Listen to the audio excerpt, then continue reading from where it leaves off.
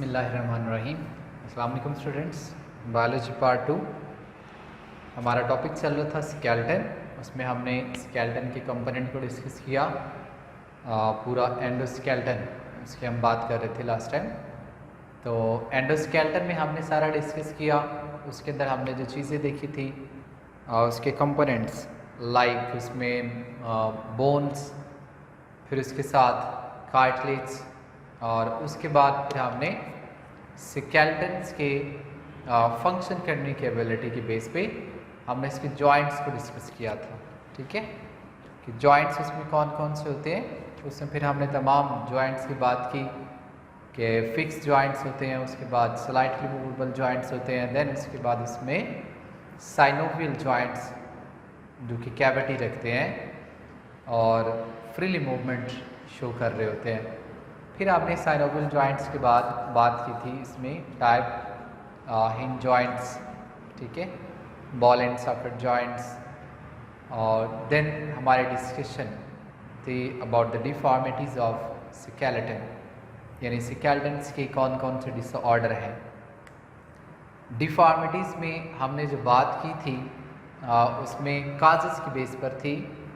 एक हमारे nutritional causes, फिर जेनेटिक काजेस, फिर हार्मोनल काजेस, और देन हमने डिस्क स्लिप के बारे में डिस्कस किया था। मैं आपको थोड़ा सा बता दूं, जेनेटिक काजेस के अंदर हमने माइक्रोसेफली एक डिज़ीज़ पढ़ी थी जिसमें बच्चों का हेड जो है, सर जो है वो छोटा सा होता है। फिर हमने क्लेफ्ट पैलेट, ठीक है, क्लेफ्ट पैलेट तालू की बीमारी जो है, ये मैग्जिला डिसऑर्डर, अपर वाली बोन्स आपको पिक में भी नज़र आ रहा होगा कि क्लेफ्ट पैलेट एक डिज़ीज़ हमने पढ़ी थी। और उसके बाद हमने हार्मोनल काजेस बेस पे हमने बात की थी।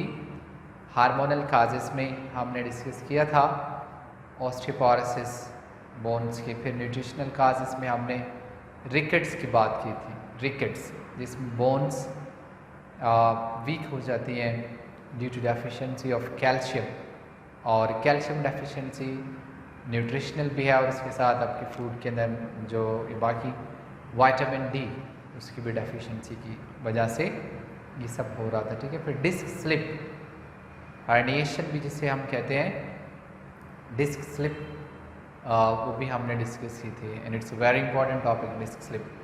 नेक्स्ट हमारी जो डिस्कशन है वो स्पॉन्डिलोसिस। स्पॉन्डिलोसिस एक्चुअल में जो वर्टिबल कॉलम है, रीढ़ की हड्डी जिसे आप कहते हैं, उसके जॉइंट्स का आपस में फ्यूज़ हो जाना। लाइक अगर आप देखेंगे ना तो हमारे वर्टिबल कॉलम से, हमारा जो वर्टिबल कॉलम है उसके अंदर बहुत सी छोटी छोटी हड्डियाँ होती हैं जिसे वर्टिब्रा कहा जाता है। वो वर्टिब्रा आपस में फ्यूज़ कर जाते हैं, इमोबिलिटी हो जाती है, मतलब ये जॉइंट्स जो हैं वो क्या करते हैं, फ्यूज्ड हो जाते हैं, फिर उससे मूवमेंट जो है वो नहीं हो सकती। इस डिज़ीज़ को हम कहते हैं स्पॉन्डिलोसिस। लेकिन किस पॉइंट के, वर्टिबल कॉलम के जो वर्टिब्रा है वहाँ पे ये प्रॉब्लम कैरिएट्स होती है। ठीक है, तो उस केस में डिज़ीज़ स्पॉन्डिलोसिस कहलाती है। इसके बाद शियाटिका डिज़ीज़ है। एक्चुअल में ये हमारे ना एक नर्वस सिस्टम में शियाटिक नर्व होती है जो आप कह सकते हैं लॉन्गेस्ट नर्व है। ठीक है, सबसे लंबी नर्व है, और ये हमारे इफेक्टर को प्रोवाइड की जाती है। उन इफेक्टर में हमारी लेग्स, इनके जो मसल्स हैं, ठीक है, उनको ये प्रोवाइड की जाती है ये नर्व। तो एक्चुअल में शियाटिका डिजीज़ के अंदर ये नर्व डैमेज हो जाती है। ठीक है, sciatica nerve will be damage. ठीक है बेटा, अब इसकी रीज़न क्या है देखें। नंबर 1, गिर जाना, फॉल, फॉलो द फॉल लिखा होगा, दैट मीन गिर जाना। एक्चुअल में ये मोटर नर्व होती है, और हमारे लोअर जितने भी हिप से नीचे हैं, ये सारा पोर्शन हमारा लेग्स, हिप्स और वर्टिबल कॉलम से ये आ रही होती है। तो वहाँ ये सारी टो तक ये नर्व पहुँचाती है सारे इम्पल्स मोटर नर्व है ये। लेट्स सी अगर आप गिरते हैं, नीचे आप लगते हैं तो फ्रिक्शंस वगैरह होती है, चोट लगती है, मसल डिस्टर्बेंस होती है, तो उस केस के अंदर ये नर्व ब्रेक हो सकती है, ये नर्व इंजर्ड हो सकती है, पहली रीज़न। दूसरी रीज़न अगर आप देखें तो इम्प्रोप्रिएट इंजेक्शन, ठीक है, इंजेक्शन लगता है हिप्स पे, इंजेक्शन लगाया जाता है, अगर वो इम्प्रोप्रिएट लग गया, गलत जगह पे लग गया, नर्व के अंदर लग गया, तो वहाँ से नर्व क्या होगी, वो कट जाएगी, नर्व डैमेज हो जाएगी, तो उस केस में भी ये प्रॉब्लम हो सकती है। इसके अलावा हर्निएशन ऑफ वर्टिब्रल कॉलम,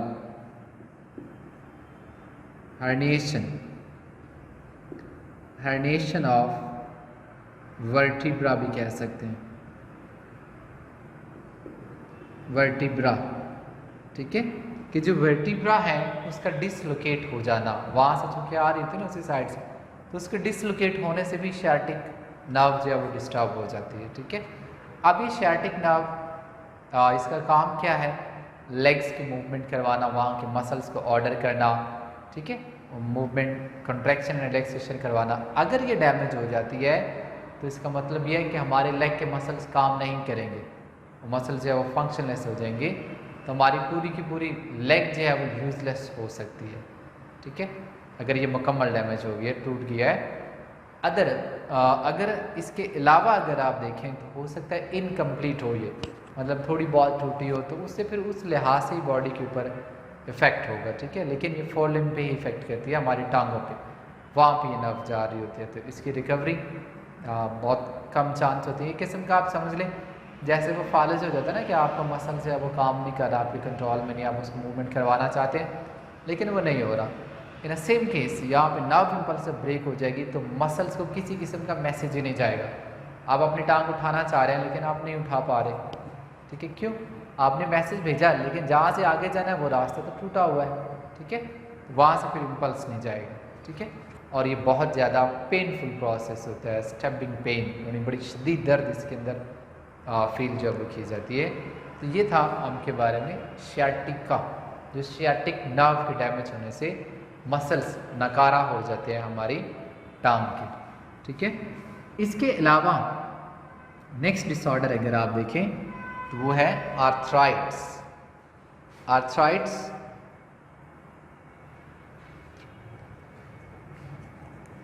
हमारा next disorder.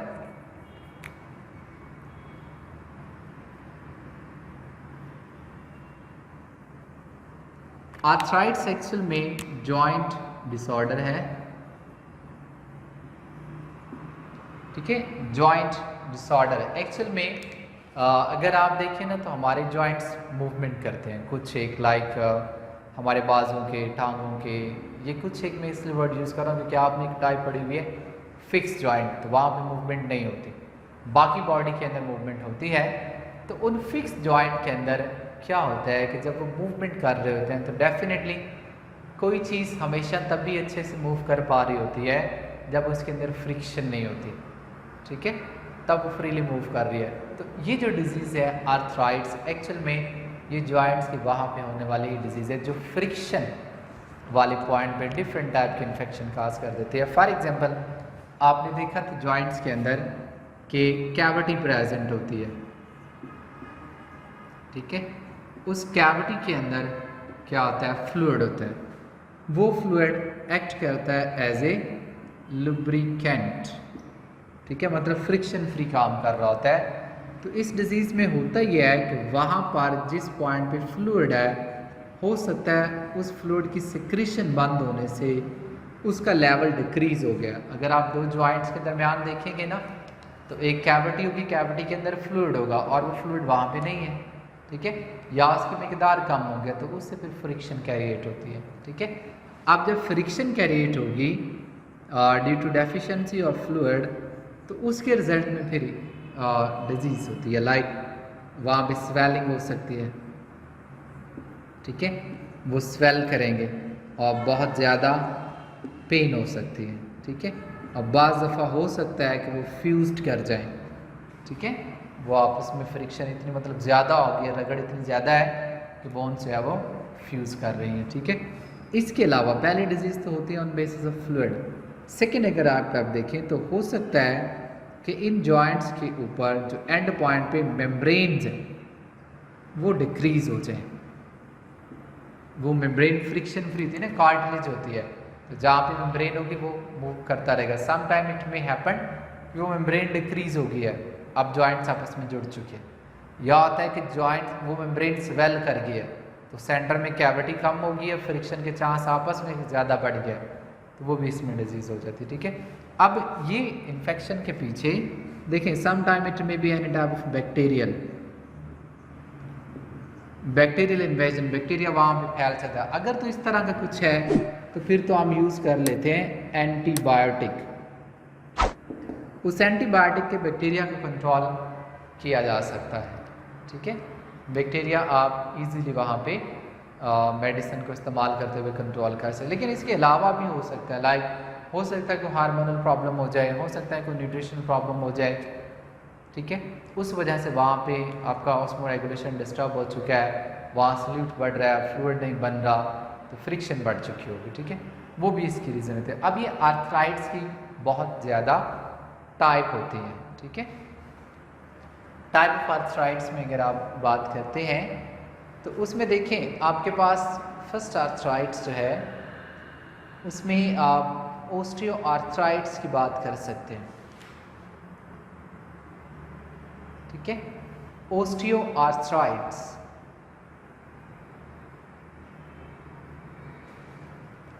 Type osteoarthritis. अब ओस्टियो आर्थराइट्स में अगर आप स्पेसिफिकली देखते हैं तो इसमें होता है कि अगर दो जॉइंट्स हैं तो उनके दरमियान मेम्ब्रेन होती है, वो मेम्ब्रेन उसकी रगड़ स्टार्ट हो जाती है, वो मेम्ब्रेन कम हो जाती है और उसके रिजल्ट में वहाँ पे फ्रिक्शन हो सकती है, ठीक है। या फिर वो जो वहाँ पे फ्लूइड बन रहा होगा दो जॉइंट्स के दरमियान, उन जॉइंट्स में फ्लूइड की डेफिशिएंसी हो जाएगी और उससे फिर फ्रिक्शन ज़्यादा हो जाती है, तो then it will be consider as a very painful process. यानी कि फर्स्ट ऑफ ऑल अगर आप देखें तो वहाँ पे मौजूद मेम्ब्रेन, ठीक है, वो डिक्रीज हो गई है। सेकंड अगर आप देखें तो वहाँ पे प्रोड्यूस होने वाला फ्लूइड वो डिक्रीज हो रहा है। अब इन दोनों के रिजल्ट में होगा क्या? फ्रिक्शन, ठीक है, फ्रिक्शन होगी वहाँ पे। उस फ्रिक्शन के रिजल्ट में फिर वो बहुत ज़्यादा पेनफुल प्रोसेस होता है, ठीक है। Some time it may happen, ऐसा भी हो सकता है कि देखें वो फ्रिक्शन बहुत ज़्यादा हो गई है, ठीक है, फ्लूइड आप कह लें कि ख़त्म ही हो गया है, तो उसमें जाकर क्या होगा कि तो जो बोन्स होती हैं ना वो आपस में क्या कर जाती हैं, फ्यूज्ड कर जाती हैं। अगर वो फ्यूज़ हो जाती हैं तो फिर there is no movement, okay, there is no movement, किसी किस्म की मूवमेंट हो गया, आपको वो जॉइंट्स फिक्स हो गया, ठीक है। लेट्स सपोज अगर आप कोशिश करते हैं उस को मूव करवाने की तो it's very very painful process, चीखें निकल जाएंगी, ठीक है। तो ये आपके पास क्या है, ओस्टियोआर्थराइट्स। उसके बाद अगर आप देखें तो रोमाटाइड्स।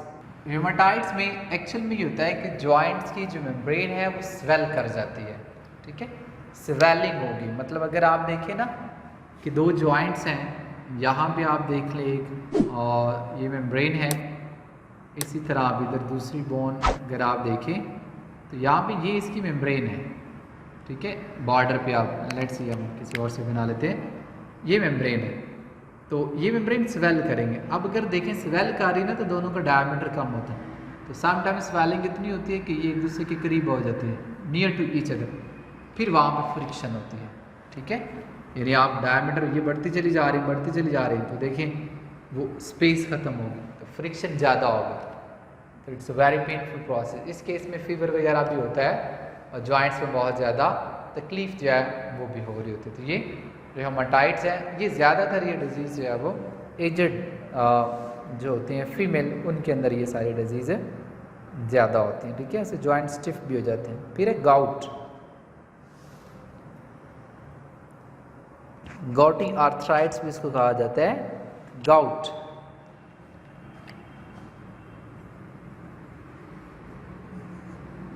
गाउट में अगर आप देखें ना तो इसमें होता ही है कि देखिए हमारी जो बोन्स है ना उनके अंदर जो फ्लूइड होता है उस फ्लूइड की केमिकल कंपोजिशन होती है और डेफिनेटली इसमें थोड़े बहुत मिनरल्स भी पाए जाते हैं, साल्ट वगैरह। तो सम टाइम ये जो गाउट्स है इसमें इन्हीं साल्ट की कंसंट्रेशन ही साल्ट कंसंट्रेशन वही डिस्टर्ब हो जाती है, ठीक है। मैक्सिमम डिस्टर्बेंस गाउट्स के अंदर होती है और उन साल्ट में अगर आप ज़्यादा देखें तो यूरिक एसिड, ठीक है, यूरिक एसिड ज़्यादा हो जाता है, ठीक है। उस यूरिक एसिड की वजह से फिर वहाँ पे पेन होती है, फ्रिक्शन होगी यूरिक एसिड क्रिस्टल, ठीक है। तो ये गाउट कहलाती है। ये ज़्यादातर जो हमारे पाँव की उंगलियां हैं वहाँ पे ये ज़्यादा डिजीज़ होती है, यानी जो पाँव की उंगलियां उनके जॉइंट्स जो हैं वहाँ गाउट डिजीज़ जो है वो ज़्यादा होती है। अमूमन आपने देखा होगा कि इस केस में जब जॉइंट्स प्रॉब्लम होती है तो डॉक्टर हमें कहते हैं कि आपने गोश्त नहीं खाना, बड़ा गोश्त नहीं खाना, फ़लाँ चीज़ नहीं खानी, फ़लाँ। एक्चुअली वो क्यों करते हैं? वो इसी वजह से, अगर आप देखें ना गोश्त आप लेते हैं तो उसके अंदर प्रोटीन है, तो प्रोटीन के डीअमाइनेशन के रिजल्ट में आपके पास इसकी मिकदार बढ़ जाएगी यूरिक एसिड की। तो इसलिए फिर जिनको जॉइंट्स की प्रॉब्लम होती है उनको ज़्यादातर गोश्त वगैरह मना कर दिया जाता है, यानी ख़ास तौर पर जॉइंट्स फ्रिक्शन, उठते बैठते वक्त ज़्यादा पेन होती है, उनको ये चीज़ें जो है वो मना कर दी जाती हैं, ठीक है। सो ये गाउट हमारी लास्ट आर्थराइट्स की टाइप थी। It's a very important topic, arthritis, joint से रिलेटेड सारी ये डिजीज़ हैं।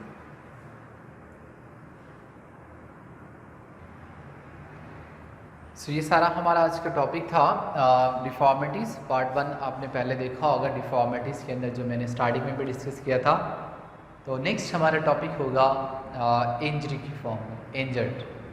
लेट्स सी इंजरी में स्केलेटन के साथ क्या होता है, टूट जाता है स्केलेटन, ठीक है, यानी ब्रोकन बोन्स। तो हम ये डिस्कस करेंगे कि कोई बोन्स अगर टूट जाए तो किस तरह से उसकी रिपेयरिंग की जाती है। आमतौर पर जिन चीज़ों से आप वाकिफ़ होंगे कि किसी की हड्डी अगर टूट जाती है तो दो तरीके होते हैं। एक तो ये है कि उसके ऊपर पट्टी कर दी जाती है, जिसे आमतौर पर हम कहते हैं प्लस्तर करना, वो कर दिया जाता है। उसके अंदर कुछ केमिकल्स लगा दिए जाते हैं और काफ़ी हार्ड कर दिया जाता है ताकि बोन्स की मूवमेंट ना हो। तो 1-2 महीने तक वो लगाए रहते हैं। या फिर जो जर्रा होते हैं हमारे पास, ये हड्डी जोड़ वाले या अमूमन बैठे होते हैं, उनके पास हम जाते हैं तो वो भी अलाइनमेंट करके बोन्स को उसके डायरेक्शन पे ला के तो कुछ पट्टी वगैरह लगा देते हैं, तो कुछ महीनों तक वो रिपेयर हो जाती है, ठीक है। आहिस्ता आहिस्ता उसकी ग्रोथ होगी फिर वो जुड़ जाएगी। या सेकंड ऑप्शन होती है, अगर कोई ओल्ड एज है या हड्डी की टूटी इस अंदाज में है कि वो दोबारा से कनेक्ट नहीं हो सकती बाय हैंड फिजिशियन के थ्रू, तो फिर हम सर्जरी की ऑप्शन अडॉप्ट करते हैं। मसल को कट करते हैं और बोन्स को मतलब पकड़ते हैं और वहाँ पे स्टिचिंग वगैरह की जाती है। या आपने बाज़ दफ़ा सुना होगा कि इस बंदे की हड्डी में प्लेटें डली हुई है, या आपने सुना होगा तारें डली हुई हैं।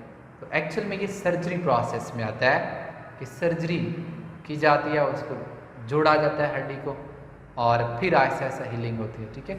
तो हम इसमें ज़्यादा हमारा फोकस होगा कि वायर्स नहीं, बाकी जो बाय हैंड हम उसको जोड़ते हैं। तो नेचुरल प्रोसेस में जब बोन टूटती है तो क्या होता है, फिर नेचुरली जब उसकी हीलिंग हो रही होती है तो उस दौरान कौन कौन से प्रोसेस हो रहे होते हैं, किस अंदाज में वो सारा काम जो है वो वहाँ पे चल रहा होता है, यानी बायोलॉजिकली मेटाबॉलिकली हम देखेंगे कि बोन की रिपेयरिंग कैसे हो रही है, कौन कौन से सेल उसके अंदर इन्वॉल्व होते हैं, ठीक है।